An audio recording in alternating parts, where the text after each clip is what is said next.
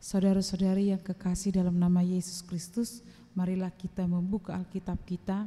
Nats khotbah untuk kita di hari Minggu ini tertulis di Mazmur 71 ayat 1 sampai 6. Mazmur 71 sampai 6 ayat 1 sampai 6. Saya akan bacakan untuk kita semua. Dua minta perlindungan di masa tua. Padamu ya Tuhan aku berlindung, janganlah sekali-kali aku mendapat malu. Lepaskanlah aku dan luputkanlah aku oleh karena keadilan-Mu. Sendengkanlah telingamu kepadaku dan selamatkanlah aku. Jadilah bagiku gunung batu tempat berteduh, kubu pertahanan untuk menyelamatkan aku. Sebab Engkaulah bukit batuku dan pertahananku. Ya Allahku, luputkanlah aku dari tangan orang fasik, dari cengkraman orang-orang yang lalim dan kejam. Sebab Engkaulah harapanku ya Tuhan, kepercayaanku sejak masa muda. Ya Allah, kepadamulah aku bertopang mulai dari kandungan. Engkau telah mengeluarkan aku dari perut ibuku. Engkau yang selalu kupuji-puji. Demikian nats khotbah. Amang inang saudara-saudari yang kekasih dalam nama Yesus Kristus, saya mau bertanya kepada kita, apakah kita punya musuh? Tidak ada. Mungkin kalau secara fisik ya, yang bertetangga tidak bermusuhan, atau mungkin suami dan istri tidak mungkin bermusuhan, walaupun ada kadang-kadang yang namanya selisih pendapat. Karena selisih pendapatan, tidak, ini bukan dianggap musuh. Musuh kita semua ada, pasti ada. Kalau kita tadi merenungkan nyanyian nomor 117, musuh kita adalah iblis. Dia punya kekuatan saat kita lemah, bahkan ketika kita merasa kuat pun kita bisa dilemahkannya. Musuh kita adalah iblis yang mampu melihat di sudut mana kita bisa jatuh. Walau kita bahkan amang dan inang saat kita sedang berdoa pun, sudah saat teduh di rumah, sudah berdoa, tapi iblis itu akan menggoda kita. Bisa saja dari suara anak yang menangis dekat dengan telinga kita. Bisa saja dengan bagi ibu-ibu yang mau masak, bisa saja dengan jam atau weker atau peringatan, ini sudah waktunya masak. Atau mungkin amang dan inang itu masih hal yang sangat dekat dengan kita duduk. Tapi bisa saja amang dan inang, pekerjaan juga bisa menjadi tipu muslihat yang menjauhkan kita dari Allah. Termasuk kejayaan, keperkasaan, kemampuan kita itu bisa diperalat iblis untuk menjatuhkan kita. Maka seperti tema khotbah hari ini, Tuhan adalah gunung batu dan pertahanan kita. Ini adalah bagian dari doa pemazmur ketika dia semakin tua, dia menyadari musuhnya tetap ada. Dan musuhnya itu berusaha menjatuhkan dia, mempermalukan dia, dan dia merasa bahwa walaupun dia raja, dia merasa pengawalnya, tentaranya, kejayaannya, kehormatannya tidak bisa melindungi dia. Di dalam masa tuanya dia tidak tenang-tenang. Di dalam masa tuanya dia justru bergumul karena musuhnya tidak pernah habis. Dimulai ketika dia muda sampai dia tua, dimulai dia dari seorang gembala sampai dia sudah menjadi raja dan terkenal menjadi raja, dia tetap memiliki atau dikelilingi oleh musuh-musuh. Di dalam ayat 10 sampai ayat 11 dikatakan, sebab musuh-musuhku berkata-kata tentang aku, orang-orang yang mengincar nyawaku berunding bersama-sama dan berkata, Allah telah meninggalkan dia. Kejar dan tangkaplah ia, sebab tidak ada yang melepaskan dia.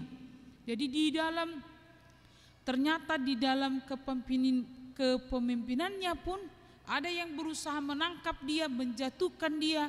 Bahkan ada dari antara mereka mengatakan Allah sudah meninggalkan dia, Allah sudah membiarkan dia. Tetapi ini adalah menjadi doa dan seruan dari pemazmur. Dia mengatakan Tuhan adalah gunung batuku dan pertahanan kita. Amang dan inang yang dikasihi oleh Tuhan Yesus, ada satu penyakit yang diderita oleh orang tua saat ini. Walaupun tidak semua memilikinya. Kita mungkin pernah mendengar penyakit demensia. Demensia adalah penyakit lupa terhadap diri sendiri, lupa terhadap keluarga, lupa terhadap orang-orang di sekelilingnya, bahkan bisa lupa pulang. Tapi ada satu hal katanya, bagi beberapa orang yang memiliki penyakit demensia, dia tidak lupa Tuhan. Dan itu berasal dari keterikatannya sepanjang hidupnya, mulai dari dia muda, dan katanya dia dibiasakan bernyanyi dan berdoa. Jadi dia tidak lupa Tuhan saat dia melupakan dirinya. Dalam penyakit demensia, ketika seseorang lupa diri, Tuhan tidak melupakan dia. Itu sebabnya selalu diingatkan orang tua, atau bukan hanya orang tua, kita semua harus ditanam dan diberakar di dalam firman Tuhan, supaya ketika kita lupa diri pun kita tidak pernah lupa terhadap Tuhan. Jadi seruan dari pemazmur ini menjadi seruan kita bersama di dalam kehidupan kita, dalam menghadapi musuh, di dalam menghadapi pergumulan, di dalam menghadapi penyakit yang sedang kita derita, yang memungkinkan kita lemah dan memungkinkan kita jatuh. Maka melalui nats khotbah hari ini ada beberapa hal yang mau dinyatakan kepada kita semua. Yang pertama, Amang dan Inang, hanya Tuhanlah tempat kita berlindung. Ayat 1 dikatakan, saya bacakan, padamu ya Tuhan aku berlindung, janganlah sekali-kali aku mendapat malu. Padamu Tuhan aku berlindung, janganlah sekali-kali aku malu. Amang dan Inang, kita pasti pernah mendengar Martin Luther, Bapak Reformator. Jadi dia mengubah lagu Allahku kota benteng yang teguh, itu tadi yang kita bacakan di nats pengantar di awal di Mazmur 46. Ketika dia memunculkan lagu itu saat dia sedang menghadapi tekanan, diburu dan hampir dibunuh dan mau dijebloskan ke penjara, karena dia mempertahankan bahwa satu-satunya bahwa jalan untuk keselamatan adalah hanya oleh karena iman, hanya oleh karena firman Tuhan, dan hanya oleh karena anugerah Allah. Pada saat itu dia sedang melawan kekuasaan dan kekuatan. Yang mempertahankan untuk selamat itu adalah ketika kamu punya uang, kamu bisa beli surat aplat, maka dosamu terhapuskan.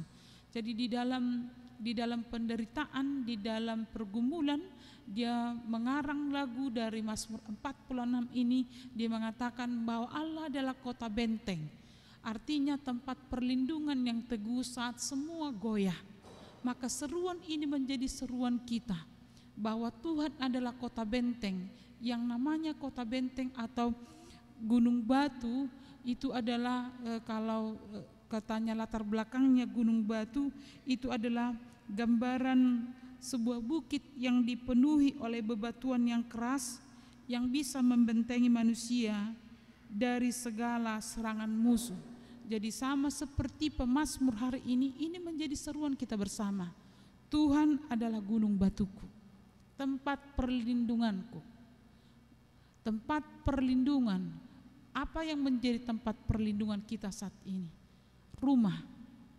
Tetapi Amang dan Inang, kita harus ingat, sebesar-besarnya rumah, berapa gembok yang kita pakai untuk mengunci pagar, berapa yang kita pakai yang menjaga rumah, tapi itu bukan jaminan untuk menjamin keselamatan kita.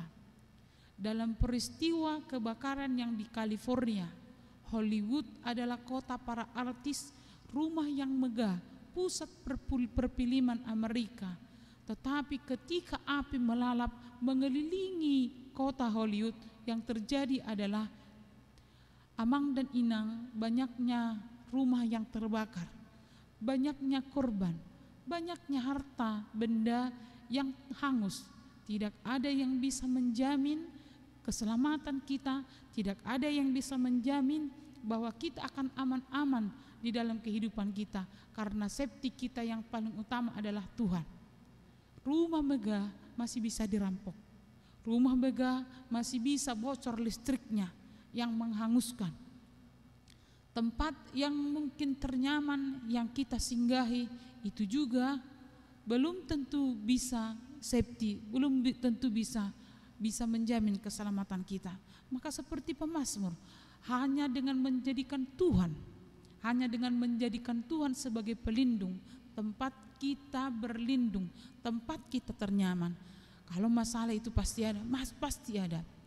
Seperti yang ada di buku nyanyian HKBP nomor 117, setiap saat iblis itu, setiap saat malapetaka itu, setiap saat kelemahan itu akan datang menghinggapi kita. Tapi keyakinan seperti pemazmur saat ini, dia mengatakan bahwa Tuhan adalah perlindungan. Sekokoh-kokoh apapun rumah kita, sebagus-bagus apapun pelayanan tim pengawas atau satpam, Amang dan Inang, mereka bisa lemah. Kita sering didera kesakitan dan ketakutan. Moloro masalah, pitor marpeor pikiran, pitor mengadung nabi, Amang Tuhan buana mau Tuhan. Mol holat hacit perasaan, holola gagal napi narsita, pitor mulai nama pusing pikiran niba. Alanido Amang dot Inang na diholongan di bagasan Yesus Kristus. Seperti pemazmur, Tuhan diandalkan, demikianlah kita. Tuhan dapat diandalkan untuk menyelamatkan kita setiap saat, dan di dalam perjalanan kehidupan kita, Dia adalah kekal, tidak akan pernah roboh. Dia adalah kekal selama-lamanya. Dakya pensiud debata mengurupi hita di ngurutta. Yang kedua, melalui nats hari ini Amang dan Inang, kiranya iman kita tidak berubah. Jadi di dalam nats ini digambarkan bagaimana pemazmur menceritakan bahwa Tuhan itu adalah Tuhan yang memperhatikan dan memelihara dia. Bahkan dikatakan mulai dari kandungan. Di ayat 6, kepadamulah aku bertopang mulai dari kandungan. Kemudian di ayat 5, sebab engkaulah harapanku ya Tuhan, kepercayaanku sejak masa muda. Mulai dari kandungan, pemazmur sudah menjadikan Tuhan topangannya, topangan tempat bersandar. Karena memang bayi Amang dan Inang, kita sudah paham, bayi itu tidak bisa berdiri di atas kakinya sendiri. Bayi itu lemah, masih bergantung kepada ibunya, bergantung kepada orang-orang yang ada di dekatnya. Kalau masih dalam kandungan, otomatis dia bergantung pada ibunya. Jadi dia menggambarkan, waktu bayi juga aku sudah bertopang, sudah berada di dalam sandaran pada Tuhan, katanya. Kemudian dia katakan, waktu masa muda juga, kepercayaanku sejak masa muda ya Allahku. Kemudian di judul perikop kita Amang dan Inang, dua minta perlindungan di masa tua. Bayi, masa muda, masa tua, harapannya hanya Tuhan. Demikianlah kita diajak Amang dan Inang, iman kita jangan berubah. Iman kita jangan molo didok di bahasa Batak mulup lonong. Adong doa persion na mulup lonong, adong. Di waktu hidup benar saya dong kat didok. Adong doa na minggu sehari setahun kapal selam, adong. Mulup holan di tikke mar ari Natal. Ternyata Amang dan Inang yang melonong itu juga ternyata bukan hanya jemaat yang sudah tua atau jemaat yang sudah dewasa. Anak sekolah minggu juga banyak melonong seperti kapal selam. Kenapa? Jadi pergumulan guru sekolah minggu itu kan Amang dan Inang, kalau misalnya Desember tiba-tiba ramai anak sekolah minggu keluar dari tempatnya, entah dari mana, enggak mungkin baru-baru lahir langsung pergi ke Natalnya sekolah minggu. Jadi giliran nanti hari Minggu seperti hari Minggu saat ini, tiba-tiba sudah tidak kelihatan, tidak mungkin anak sekolah minggu merantau.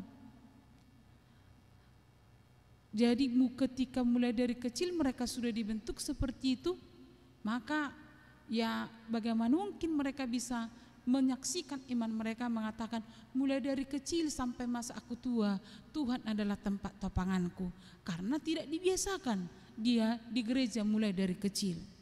Saudara-saudari yang dikasihi oleh Tuhan Yesus Kristus, melalui nats ini kita diajak kiranya kita tidak gampang berubah-ubah oleh permasalahan apapun, oleh karena pergumulan apapun.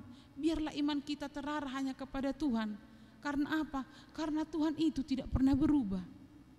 Yesus itu tidak pernah berubah. Dikatakan di Mazmur 13, di Ibrani 13 ayat 8, Tuhan Yesus Kristus yang kemarin, hari ini, dan besok adalah sama. Maka pergumulan kita, penderitaan kita, masalah kita boleh berubah-ubah, tapi tempat sandaran kita jangan pernah berubah. Keinginan kita boleh berubah-ubah, seruan kita tetaplah sama, yaitu menjadikan Tuhan adalah tempat kita berlindung dan pengharapan kita. Amang dan Inang, kita boleh mengingat bagaimana Abraham yang dipanggil dari tanah Kanaan. Dia menghadapi problema yang selalu berubah-ubah.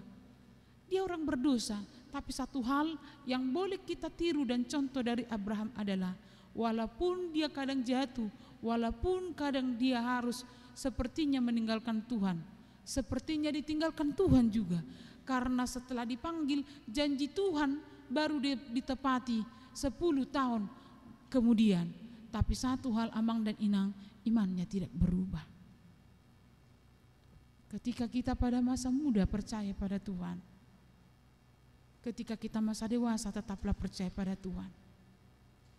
Secara khusus kepada remaja Naposo, banyaknya saat ini yang sedang kita hadapi. Cap maca gudang da bamang dot Inang dagabi mualaf. Kita miris, bahkan rajin guru sekolah minggu, menikahnya dia berpindah agama. Itu miris. Nats hari ini Tuhan tidak pernah berubah, walau kita berubah sekalipun. Maka apa yang sedang kita hadapi saat ini, apa yang sedang kita kerjakan saat ini, tetaplah menjadikan Tuhan sebagai tempat perlindungan sejati. Yesus Kristus adalah menjadi teladan kita saat menghadapi akan menghadapi penyaliban. Walaupun Yesus adalah Tuhan, tapi dia tetap berseru memohon kepada Tuhan.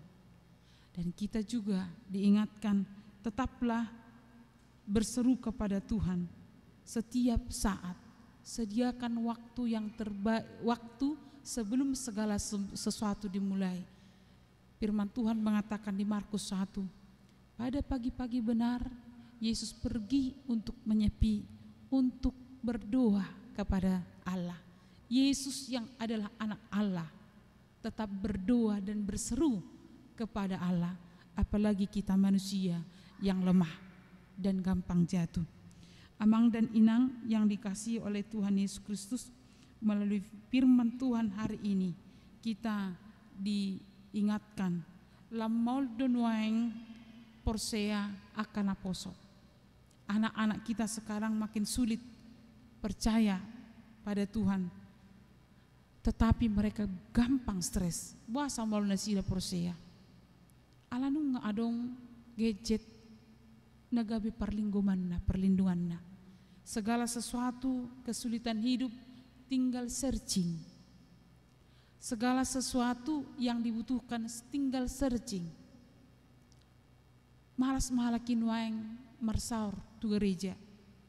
Ala nunga adong TV di handphone. Ala nunga adong YouTube di handphone.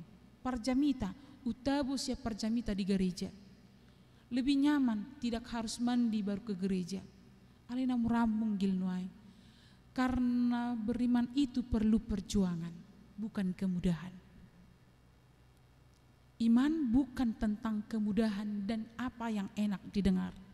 Karena terkadang iman itu dibentuk dari penderitaan dan dibentuk dari masa-masa sulit.